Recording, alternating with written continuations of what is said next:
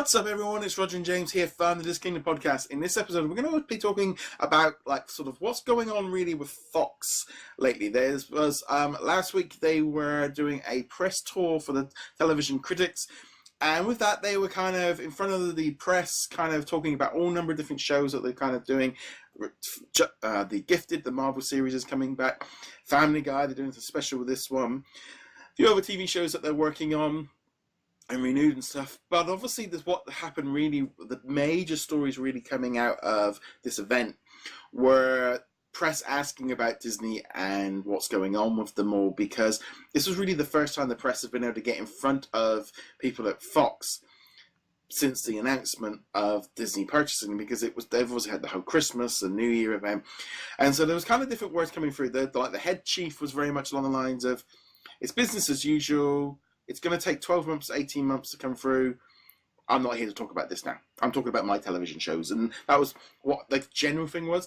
But one of the lead guys over at FX, he was a lot more, he had a different take on it. And I'm going to be honest, I think he had the better idea.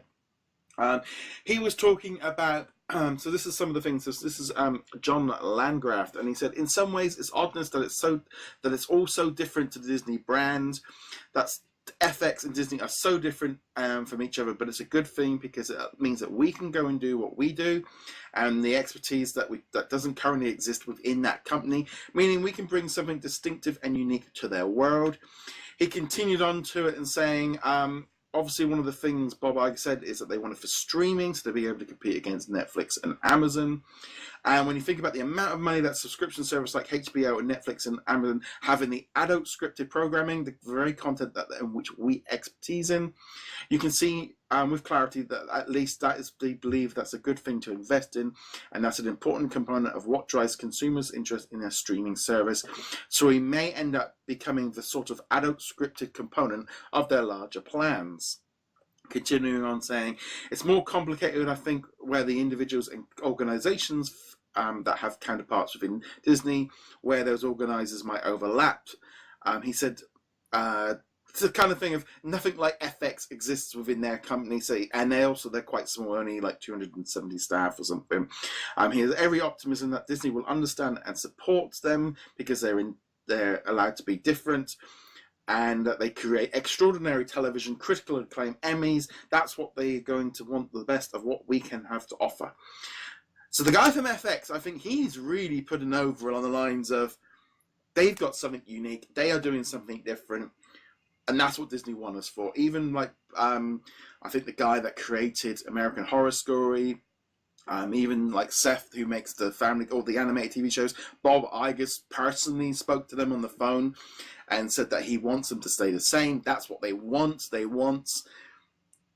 don't want Mickey Mouse, and I think there's been that, because the trouble is they got contracts coming up, and I think Disney want to make sure they keep all these things signed. And also they don't want everyone jumping ship before they buy the ship. Right.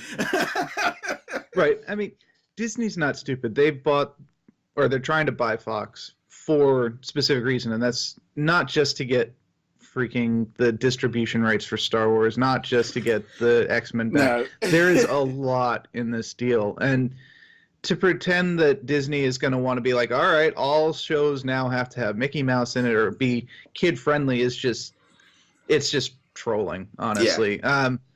You don't buy Fox and then go, all right, we like The Simpsons, but all right, now they're going to go to Disney World every episode. Bart can no longer be, the annoying little kid, and Homer can't be stupid. He can't be drinking anymore because This is wholesome TV. You don't do that. That's just stupid. That's not why you buy The Simpsons. And also, people have this idea, for very good reason, that Disney is a completely wholesome company, that they don't do R-rated movies, that they don't do mature content, and that's just wrong. Yeah. They might not put the Disney branding on it, but they have companies, and they've had companies in the past which put out R-rated movies, which put out extremely violent or extremely mature topics, but they just don't have the castle with Tinkerbell flying. I think this was what Seth from Family Guy said. He said they used to have, in the 90s and the noughties, they used to have Touchstone Pictures. Some of my favorite, and like Buena Vista, that was the other company. I mean, I remember things like, what was it, like Face Off, Con Air, Right, The yeah. Rock. You know, those. I love The Rock. You know, those were Disney movies. You know, I think Miramax, Pulp Fiction, I think at one point was technically a Disney kind of own friend. It's like they've been doing this for a while. I mean, the trouble is, I think Disney went down this line of putting the Disney logo in front of everything and like, let's focus in on this, and it worked. But what happened is, I think, especially like with the movies and the television, is they got a little bit too streamlined, and then they realized there's this whole audience gone somewhere else, and they're all gone somewhere else, and they haven't had a piece of that pie, and they closed down Touchstone, they closed down all these different things and moved away from that, and now they want to get back into it. I mean, there are a whole other advantages. I mean, currently we've got there's 3 Fox movies in the top 12. I think it's The Shape of Water. You've also got Ferdinand and the Greatest Showman. Now, I'd say 2 of them could actually fit quite nice. I think The Greatest Showman probably could have had a Disney banner on the front of it, and it would have been fine. I think we've got a new one with Jennifer Lawrence. That trailer just broke. That's coming up soon. There's a few other ones coming around. The Fox Spotlight. Whether or not they get rebranded, and I think this is going to be another branding for whatever it is.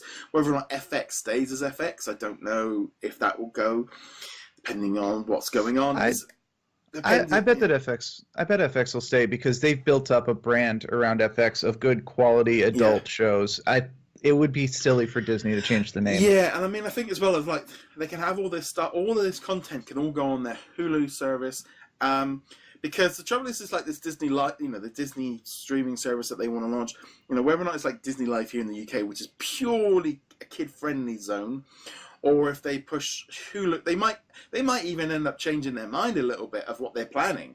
You know, maybe it goes the opposite way of Hulu just becomes the all-in process. I mean, they just announced only this week that they're creating 2 new series based on the Animaniacs with Warner Brothers. That might all change eventually when the ball is completely taken over.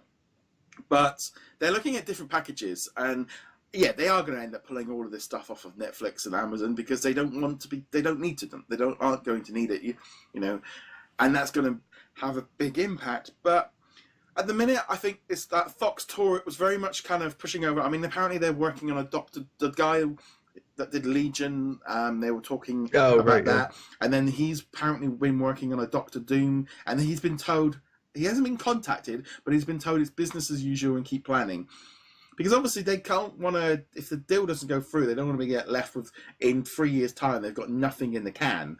But it will, let's say, Disney will just go like that on that project, probably just as much as they've gone it. But the movies are still going to be in production. They can't just shut up shop and go, right, okay, we're just waiting for the... It's like when you buy a house or something like that, and you sold a house, you still technically own it, and you've got to, if something breaks or if it falls through, you've still got to live there. But I think it's all changed, and also, like a lot of people as well saying, 12 months to 18 months. What they were talking about at this press event, that's coming up in the next few months. It's what's happening, you know, down the line of, you know, and also people jumping ship. The staff are all over the place. It's an interesting time, and then also, but they need to calm everyone down. And I do think the press tour it kind of got out the word that really business as usual, and Disney want we've got an earnings call coming up in a couple of weeks' time, so I'm hoping I think Disney need to push out that idea that they're not Disney-fying Fox. I think that's going to be something that they're going to continue to push. Yeah, it's a message they're going to need to tell over and over again, because no matter how many times they say it, people are still going to be, oh, they're going to kidify everything. Fox is no longer you're not going to be able to have the Simpsons or Bob's Burgers or Family Guy. They're all going to be neutered, and Disney needs to make sure that they're out in front of it, and Fox needs to make sure they're out in front of it too, because if they let people say that the deal is going to be bad for their shows, then they're going to be put under pressure to pull out. So, To me, it's more about the fact that Disney have left a massive hole in the market by focusing. Now, number one box office, $6 billion at the box office. The television, I don't know about what the television's like over there in the US, but you know the push for ABC of high quality family stuff. But to me, all the buzz that you see now is about adult-driven television on Netflix. I mean, I just thought, what's the end Well, of not that? even just. Yeah, it's just. I think they've realised that they've left the market where they've lost. They've just not got it. They've not got a hole there, and it's something that they've got a massive hole in. Yeah, because they're still producing, for the most part, sitcoms on ABC Family, which is fine. There's always going to be a market for sitcoms.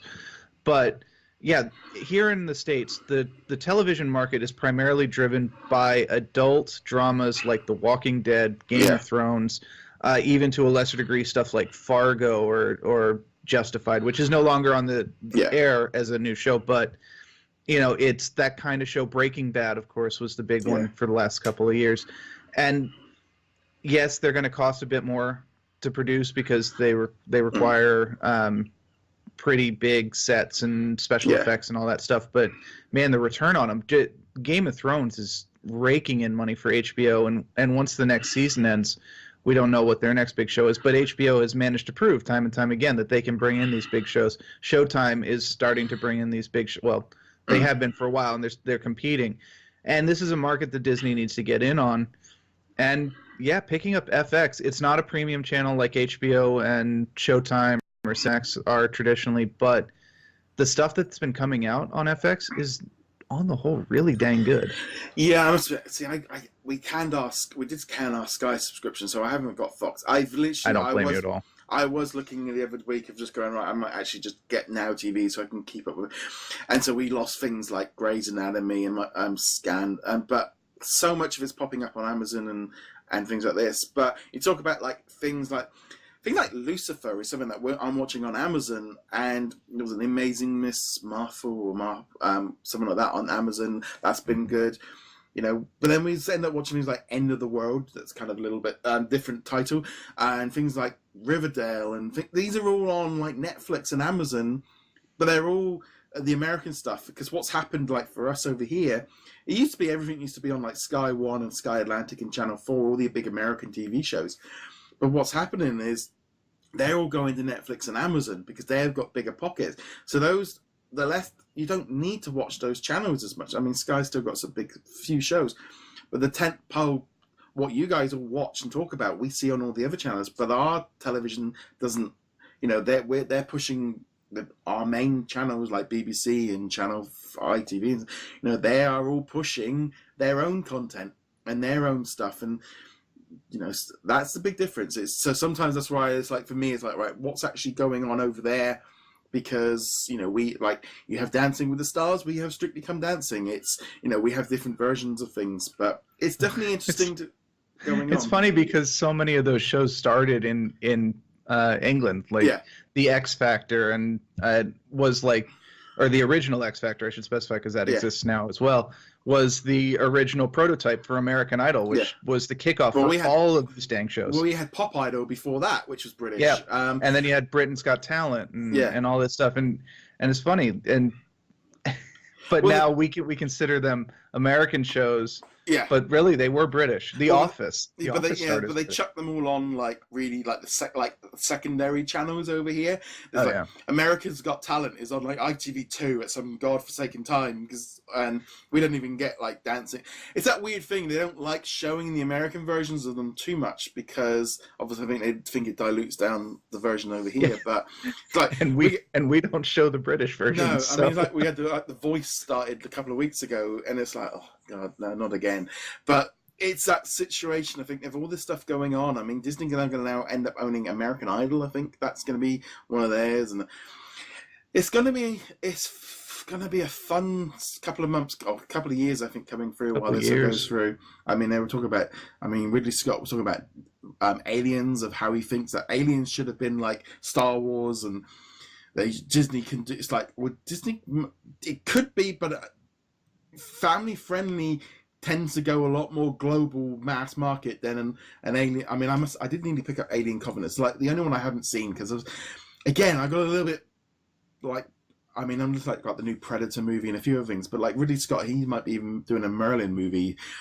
He's definitely a trilogy, I think, actually. He's definitely kind of going, "Hello, I could do Alien again. I can reboot it." I'm sure he would love to do another Alien, and I'm sure James Cameron is over there going like, "Oh, Titanic 2. we got Titanic 3."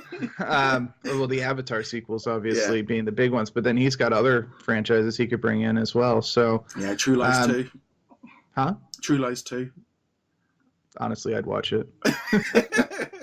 The first one was so campy, I'd watch it.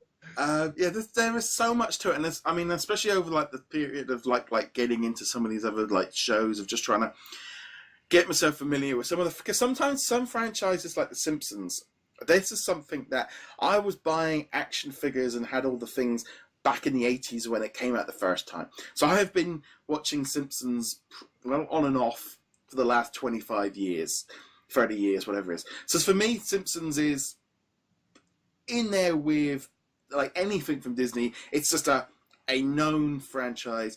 Things like Family Guy have been around for so long. Some of the other ones like Bob's Burgers I've not actually ever played, but like things like Alien, Predator, these were franchises that I grew up on. Or not, they've always been part of what's been around us. So they are completely well known. But then you have other series like that you just don't, if you don't watch it or you're not in the cycle, you're just completely unaware of. Yeah, and that is the other thing, is like the Fox deal has a bunch of franchises and movies in it that we haven't even thought of yet. I mean, Disney probably has. They've gone through the entire catalog. But there's stuff in there that we probably don't even realize is a Fox property. Yeah, I mean, I was reading a Planet of the Apes comic the other night, a new one from Boom. And I mean, that's going to have a whole other issues there, but it's like, yeah, Planet of the Apes, come on, bring that on. That'd be nice as a complete reboot. Get away from the war of the, if they give it 10 years and maybe do it again, but who knows? But we'll have to know what you guys think. Let's wait at least 10 years, yes. please. Let us know your thoughts on all of what's been sort of said. What do you guys think was going on there? And comment below. Get in touch with us on all the different social medias. Visit us over at DisKingdom.com. Subscribe on YouTube. Subscribe on the audio platforms. And James, where can they find you? Find me at heroiclegacy.com. And on that, guys, thank you very much for joining us. See you guys soon. Later.